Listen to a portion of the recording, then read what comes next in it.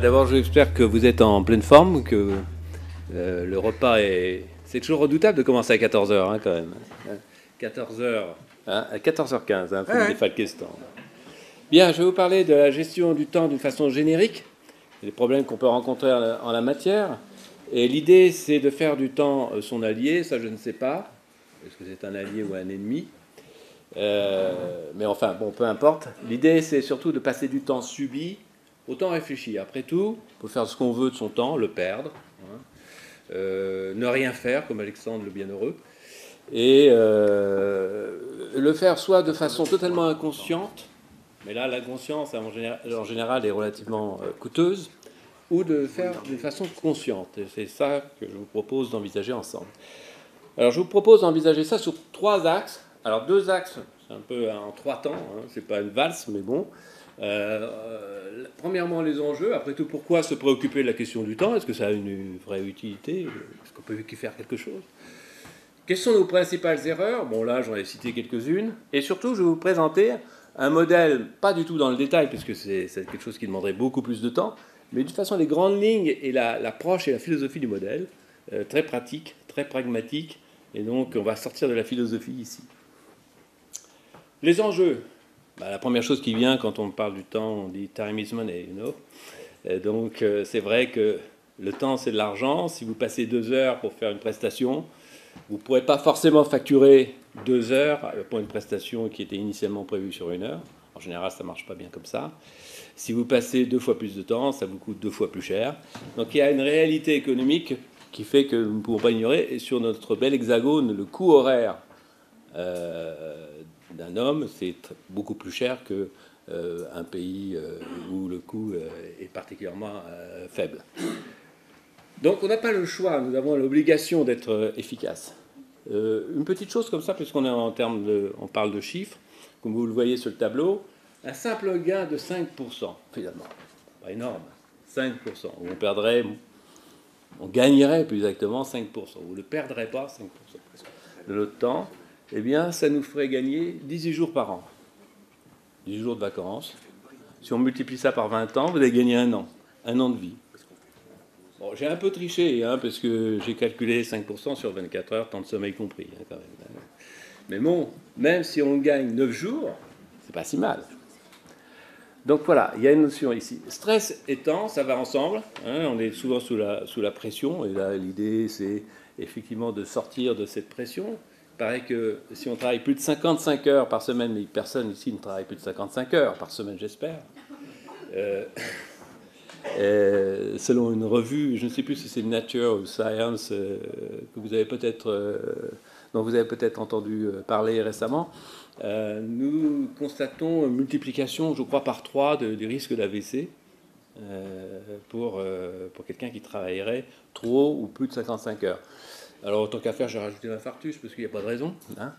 Ce sont des belles joyeusetés, mais c'est quand même assez important. Je crois que ce n'est pas l'histoire des 55 heures, c'est l'histoire de la pression. Il fait pression sur nos petites artères, et ça ne marche pas bien. Donc il y a la notion de santé, de stress, qu'il faut gérer, un stress positif, oui, mais pas un stress trop négatif. Et puis, voyons les choses de l'autre côté, c'est-à-dire qu'en fait, on a besoin d'énergie. Alors, tant qu'à faire, pour gérer son temps, il faut être très attentif à la qualité de son énergie. Or, on ne tient pas compte vraiment de la qualité de son énergie, du punch qu'on a besoin. Il faudrait pouvoir faire une sieste. Vous n'êtes pas obligé de la faire maintenant. Hein, mais vous pouvez faire... Je crois que Jacques Chirac parlait de micro-sieste. C'est de quelques 10 secondes, pas 10 secondes, 1 minute, 2 minutes. Mais ça, c'est pas mal. C'est pas dans la culture, mais ça permettrait de gagner du temps. Et moi, je vais essayer d'en gagner un peu plus, là, parce que je vois que j'avais un peu... Frontière, un peu trop lentement. Frontière, vie privée, vie professionnelle, qui s'estompe largement grâce à nos chers PDA, iPhone et iPad et autres tablettes. Donc finalement, j'ai entendu récemment, je crois que c'est sur France Info, que, ça je n'ai pas de vérification ni de preuve, que 55% des personnes traiteraient leur mail, en partie, j'espère, dans leur lit. Bon, ça c'est vraiment la vie privée, la vie professionnelle qui s'en va dans le lit, ça commence à devenir dangereux. À vous de voir. On fait ce qu'on veut. Hein. Plus philosophiquement, je suis parti sur quelque chose d'assez matérialiste, l'argent, time is money. David Servan-Schreiber, le feu David Servan-Schreiber, disait que dans un petit bouquin que je vous conseille d'ailleurs, un tout petit bouquin sur la gestion du temps de David Servan-Schreiber, parce qu'il se lit comme un livre de chevet, il disait, ça serait intéressant de remplacer le mot temps par le mot vie, juste comme ça pour voir à quoi passez-vous votre temps. Quelqu'un qui vous prend tout votre temps, où vous ne passez pas de temps avec ceux que vous aimez. Donc la question, c'est tout à fait la même. Hein. L'ordre, c'est qu'on est passé de l'argent à tout simplement une question de notre existence même. Voilà pour les enjeux. Errare humanum est, diabolicum. Vous connaissez la suite. C'est les principales erreurs qu'on va rencontrer en gestion du temps, se précipiter dans l'action. Donc la première chose qui arrive, c'est que le matin, il y a un coup de téléphone, il y a un collaborateur, il y a un client, il y a un bout de papier que vous aviez laissé sur votre bureau malencontreusement et qui vous harponne la vue, ou un mail, très bien les mails, hein, vous commencez à ouvrir le mail le matin, paf, tombe sur un mail, et ce qui devait être fait en 2 minutes vous a pris toute la journée, toute la matinée, on va dire, allez. En tout cas, vous êtes parti dans une précipitation, sans savoir si c'était vraiment quelque chose d'important, s'il fallait que vous le traitiez. Et quant à la réflexion sur la gestion de votre temps, il y a longtemps qu'elle a disparu. Alors, ça, c'est un premier péché, première erreur. Deuxième erreur, c'est de sous-estimer le temps. Il faut savoir qu'en moyenne, dans mon expérience en matière de gestion de temps, et dans la réalité, hein, je fais ça d'expérience de 20 ans, dans le secteur bancaire, donc j'ai un peu évalué les temps, c'est très difficile à faire, mais on les évalue. Eh bien, quand je demande à une personne combien elle passe de temps pour faire tel dossier, et que je multiplie le nombre de ces dossiers par l'année, eh bien, je peux lui démontrer très rapidement qu'elle est en sureffectif de 50%, c'est-à-dire qu'elle a sous-évalué son temps, en général, de 50%. Elle pense passer 1 heure, en réalité, elle passe 2 heures. Tout va bien. Donc nous sommes des grands sous-estimeurs, je ne sais pas dire ça comme ça, nous sous-estimons largement le temps. Alors, prioriser, n'en parlons même plus, on a longtemps qu'on a dépassé cette question-là. Et surtout, la principale erreur, c'est de ne pas anticiper. Donc en fait, c'est toute la question de la gestion du temps qui est en cause. Sans anticipation, inutile de penser à une gestion du temps, totalement inutile. Après, il y a d'autres erreurs, ne pas savoir dire non, mais comment voulez-vous dire non si vous ne savez pas à quoi vous voulez dire oui, hein, puisqu'il n'y a pas eu de priorité, puisqu'il n'y a pas eu d'anticipation, comment aller dire non, hein, puisque vous n'avez pas d'idée sur la véritable utilisation de votre temps à l'avenir. Être matériellement mal organisé, ça, rien que ça, les 5% dont je parlais tout à l'heure, vous pouvez les gagner. Hein. Le dossier que vous mettez 2 heures à chercher dans votre bureau physique ou informatique, faire des tâches qui vous plaisent, délaisser les autres ou l'inverse, mais pas du tout traiter les choses par importance, procrastiner comme un système de report systématique. Voilà, bon, il n'y a pas, je ne ferai pas la liste ici, mais ici vous avez, à l'exception de ne pas anticiper, plutôt des conséquences que des causes. Et donc on va regarder, je vais vous proposer un modèle qui ne refait pas le monde, mais c'est pas mal, ça peut refaire pas mal de choses si vous le faites. Donc je vous invite à réfléchir à ça. We can do anything. On peut faire tout, mais on peut pas faire. On peut faire tout ce qu'on veut, mais pas faire tout. Il va falloir choisir. Donc la première chose, c'est déjà de savoir dans quoi choisir. Or, tous les jours, nous avons des flux, des nouvelles idées, des nouveaux projets, des nouvelles choses qui arrivent sur votre bureau, des nouveaux coups de téléphone, des nouveaux mails. Donc il y a une gestion des flux qu'il va falloir gérer. Et pour gérer ces flux, en amont, il va falloir gérer le stock. Donc ce que je vous propose, c'est de faire ça en 5 étapes. D'abord, collecter tous les sujets qui actuellement retiennent votre attention. Ça en fait un paquet, hein, ça peut en faire 400. Assez facilement, hein, je vous dis tout de suite, j'ai fait le travail, donc je sais de quoi je parle. Et quand je parle des sujets, c'est les sujets qui sont dans votre bureau, les bouts de papier, les notes ici ou là. C'est aussi d'autres sujets dont je vais parler tout à l'heure. Traiter le contenu de ces éléments, organiser les actions, et puis agir. Parce qu'il va falloir agir, mais vous voyez, on agit à un moment donné. et revoir. Si vous ne revoyez pas, alors oubliez ça, ça n'a aucune espèce d'importance, puisque si vous ne revoyez pas, vous perdez votre temps. Après, il va falloir gérer effectivement les flux. Alors quand je disais gérer le temps, il n'y a pas de frontières, donc il va falloir intégrer, surtout si on est dans les activités de TPE, intégrer votre temps privé, le temps personnel déjà, le temps du couple, le temps de la famille élargie, le professionnel évidemment, le social, des amis que l'on perd de vue parfois, mais ça, simplement parce qu'on est pris par un quotidien. Ah, ça fait juste 5 ans que je ne l'ai pas vu. La santé, c'est une petite importance. Il y a un certain nombre de choses, de points de vigilance qu'on fait ou qu'on ne fait pas. Les distractions, les voyages, des choses dont vous avez toujours rêvé et que vous laissez dans un coin vague de mémoire jusqu'à ce qu'ils disparaissent. Ou que ça soit un éternel « Ah, si j'avais pu », etc. Donc, et le sport, pourquoi pas, ainsi de suite. Donc, je reviens à ce magnifique graphique. Donc, on va reprendre les affaires en suspens. Mais les affaires en suspens, c'est tous les documents qui sont dans votre bureau. Quand je parle de votre bureau physique, des petites notes que vous avez prises ici, ou là, de votre bureau électronique, de vos mails, de vos messages vocaux, tout ce qui traîne aussi, et là, il peut y en avoir beaucoup dans votre tête, un certain nombre de choses à faire que vous n'avez pas formalisées. Et là, il va falloir le faire. Hein. Ah oui, je voulais faire telle chose. Ah oui, ça, c'est quelque chose qui serait bon de faire. Et ça, dans le domaine professionnel et privé. Donc, je vous propose, si vous engagez ce travail-là, de le faire, par exemple, un vendredi. Ça tombe pas mal, mais enfin, chacun trouvera bien son moment. Un vendredi et un samedi, parce que vous en avez au moins pour 2 jours. Samedi, parce qu'il faut mixer le privé. Donc, il va falloir regarder aussi dans votre bureau personnel. Alors, regardez aussi quels sont les projets que vous avez à titre personnel, que vous avez plus ou moins en mémoire. En parler peut-être à celle ou celui qui partage votre vie, à regarder votre famille, etc. Donc, ça fait un paquet de choses que vous allez mettre dans une boîte d'entrée symbolique, hein, et sur lequel, maintenant, il va falloir se poser une question. Il va falloir les traiter.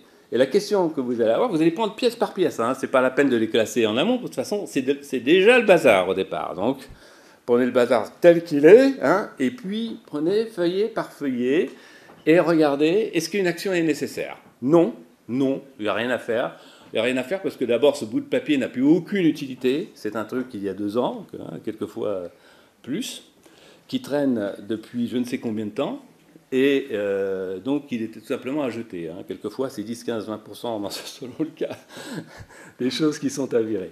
Ensuite, il y a des choses, des documents de référence que vous allez conserver, il faut quand même conserver, et classer. Et classer correctement, de façon à les retrouver facilement avec un système de classement, avec une lecture lisible et très, très opérationnelle pour ne pas le chercher. Donc, ces documents dont vous avez besoin, il n'y a pas d'action à faire, là, hein. Et puis, il y a toutes ces choses que vous pensez faire, acheter un nouveau logiciel dans tel domaine, revoir l'organisation de, peut-être ce voyage dont je parlais tout à l'heure, peut-être cette activité, peut-être apprendre quelque chose, peut-être faire une formation, peut-être. Et là, il n'y a pas d'action à conduire, parce qu'il n'y a pas d'action décidée, mais vous allez le classer dans une liste. Donc on va faire une liste des actions à faire un jour, peut-être, que vous reverrez régulièrement, parce que si vous les avez mis là, c'est qu'elles ont un peu d'importance pour vous. Cette liste-là, ce n'est pas des listes secondaires, ah ouais, je dirais ça, c'est pas tellement important. Non, ce sont des choses qui sont importantes pour vous, qui ne sont pas d'actualité maintenant. Et puis oui, il y a une action à faire. Alors la question à se poser là, et ça va être valable pour l'ensemble des choses qui vont ensuite se passer pour gérer les flux, c'est: est-ce que ça demande moins de 2 minutes? Si ça demande moins de 2 minutes, vous savez ce qu'on va faire. On va le traiter tout de suite. Terminé. Pas la peine. Alors, sachant que 2 minutes, c'est au moins 5, hein, parce que vous avez sous-évalué, que c'est peut-être même 10, mais originellement, c'est évalué à moins de 2 minutes. Donc, vous allez le traiter tout de suite et pas en faire une liste en disant: tiens, je verrai ça plus tard, parce que ça va vous coûter 2 fois le prix. Les 2 minutes que vous aurez pris pour analyser la question, et les 2 minutes que vous allez devoir reprendre quand vous reverrez à nouveau la question. Donc faites-le tout de suite. Et puis, ça demande plus de 2 minutes, par conséquent, soit est-ce que ça relève de moi, donc est-ce que je peux le déléguer, même la question, est-ce que je ne peux pas le faire? Il y a des personnes, d'abord vous obtiendrez de la polyvalence, ensuite ça peut apporter un certain nombre d'éléments, enfin voilà, ça peut enrichir au niveau du personnel. Et puis, il n'y a pas que la délégation, il y a l'externalisation. Est-ce que vous êtes obligé de le faire vous, hein? Est-ce que vous ne pouvez pas le confier à un professionnel plutôt que de bricoler quelque chose? Donc il y a tout ça qui est également à traiter, mais que vous allez faire traiter. Et puis, il y a les choses que vous avez à traiter. Ce sont les actions que vous avez à conduire qui demandent plus de 2 minutes. Alors, ces premières actions, vous allez en faire une liste des premières actions. Et là, vous allez vous retrouver avec 40, 50 actions, sachant que vous allez classer le privé et le professionnel différemment. Et il y a des actions qui sont à conduire à une date dite. Donc, ce n'est pas la peine de la noter sur une liste des premières actions. Vous allez le noter sur votre agenda. Et sur votre agenda, je vous rappelle, c'est un territoire sacré. Si vous indiquez quelque chose sur votre agenda, vous le faites à cette date-là. Vous êtes engagé vis-à-vis de vous-même. Sauf, évidemment, difficultés tout à fait majeures. Donc, on va se retrouver avec un schéma qui est comme celui-ci, là, vous l'avez, et on va se retrouver avec 4 listes de base pour gérer son temps. 1, la liste des premières actions. Là, vous pouvez arriver à 40 ou 50 actions, ça va dépendre. Ici, il y en a qui ont 100 actions, d'autres 16. Bien entendu, il y aura votre agenda, mais celui-là ne constitue pas une liste, c'est l'agenda. La liste, j'ai oublié de vous dire. La liste des actions, quand je parle d'une action, c'est une action monobloc. Vous avez à la traiter, c'est à traiter tout de suite. Mais il y a également d'autres éléments qui sont beaucoup plus vastes, qu'on appellera projets, et qui sont étalés dans le temps. Si vous voulez, à titre privé, par exemple, faire une réunion de toute votre famille, il va falloir plein de choses, réserver le traiteur, il va y avoir plein d'événements à gérer et plein d'actions différentes selon les phases de votre projet. Donc ça, j'ai pris un projet privé comme ça, mais les projets professionnels sont également à traiter de la même manière, sachant que ce n'est pas la notion de projet au sens qu'on a l'habitude de management par projet, c'est toutes les actions qui ont plus d'une étape. Et vous allez planifier ces actions, et par conséquent, vous savez que vous avez maintenant à faire telle ou telle chose dans le cadre de votre projet. Et vous allez la placer dans la liste des premières actions. Donc on se retrouve, comme je le disais à l'instant, avec 4 listes. Liste des premières actions, liste des projets, ce qui comporte plus d'une étape, liste des affaires que vous avez déléguées mais que vous n'allez pas pour autant abandonner, et la liste des choses à faire un jour peut-être. Vous avez maintenant traité de façon exhaustive tout ce qui se promenait dans votre esprit, tant à titre professionnel qu'à titre privé.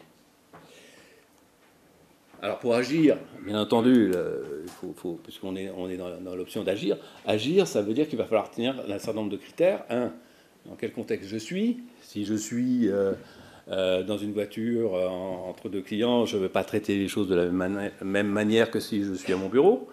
La disponibilité, de combien de temps je dispose. Si j'ai un dossier de 2 heures, ce n'est pas la peine de l'engager alors que j'ai plus que 20 minutes.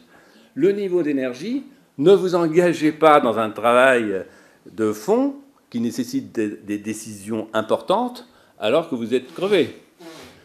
Ça, il faut peut-être préserver ce niveau d'énergie, sinon vous risquez d'avoir un certain nombre d'erreurs qui vont vous coûter très cher ensuite. Et puis la priorité, est-ce que c'est urgent? C'est-à-dire, y a-t-il une date d'échéance? L'urgence en tant que telle, c'est un concept. Mais moi, je parle d'urgence, date d'échéance. Donc.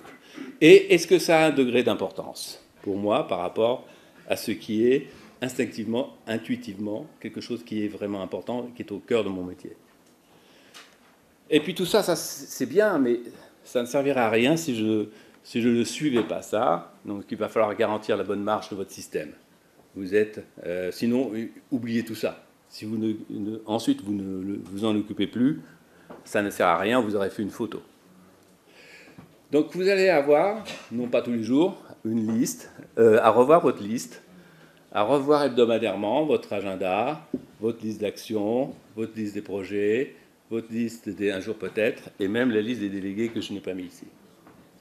Donc un examen hebdomadaire qui, bien sûr, vous aurez enrichi et soustrait ce que vous avez fait, enrichi des choses nouvelles qui sont arrivées. Est-ce qu'une action arrive sur votre bureau? Est-ce que c'est quelque chose qui demande moins de 2 minutes? Je le fais. Plus de 2 minutes. Est-ce que ça relève de moi-même? Oui, dans ce cas-là, je la mets sur ma liste d'actions. Est-ce qu'elle a un degré d'importance? C'est moi qui gérerai chaque jour ce qui est sur cette liste important à mes yeux. Et donc, hebdomadairement, vous allez refaire un point. Comme vous faites ce travail d'une façon hebdomadaire, je peux vous assurer que ce qui, là, vous a demandé 2 jours, là, va vous demander 4, 5, 10 minutes. Mais vous avez vraiment réévalué l'urgence, l'importance de vos actions et la priorisation. Et vous pouvez anticiper. Et vous pouvez décider. Parce que c'est ça la question, c'est que vous pouvez décider.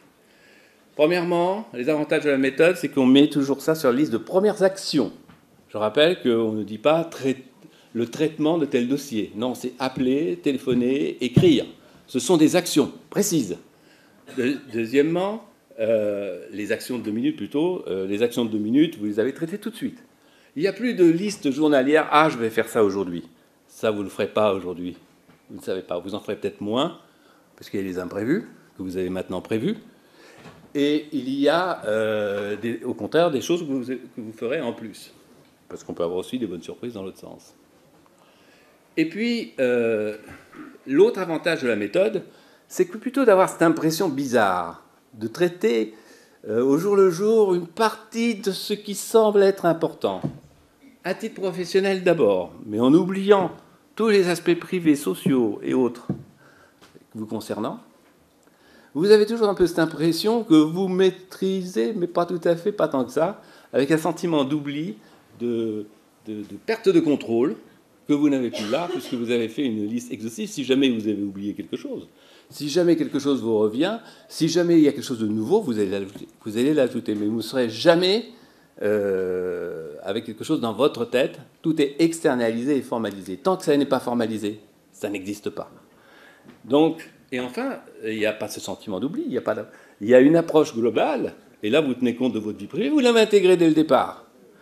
Et un meilleur équilibre des domaines de vie qui est en jeu. Voilà, je vous ai dit, je ne sais pas si je vous l'ai dit d'ailleurs, mais j'ai été banquier dans une vie antérieure. Et donc, il y a un banquier qui nous crédite, chacun ici, de 86 400 € sympathique, hein, sur votre compte. Donc, vous pouvez faire ce que vous voulez. Vous pouvez prendre le fric, le brûler. Vous pouvez l'investir. Mais à la fin de la journée, il y aura 0 sur le solde. Il remet tout à 0. La bonne nouvelle, c'est qu'à T plus 1 seconde, il remet 86 400 €. C'est 86 400 €, vous l'avez compris, c'est 86 400 secondes que nous avons à gérer chaque jour. Soit inconsciemment, on laisse le sablier s'écouler sans nous, soit consciemment, en décidant ce qu'on veut dépenser, ce qu'on veut investir. Merci à vous.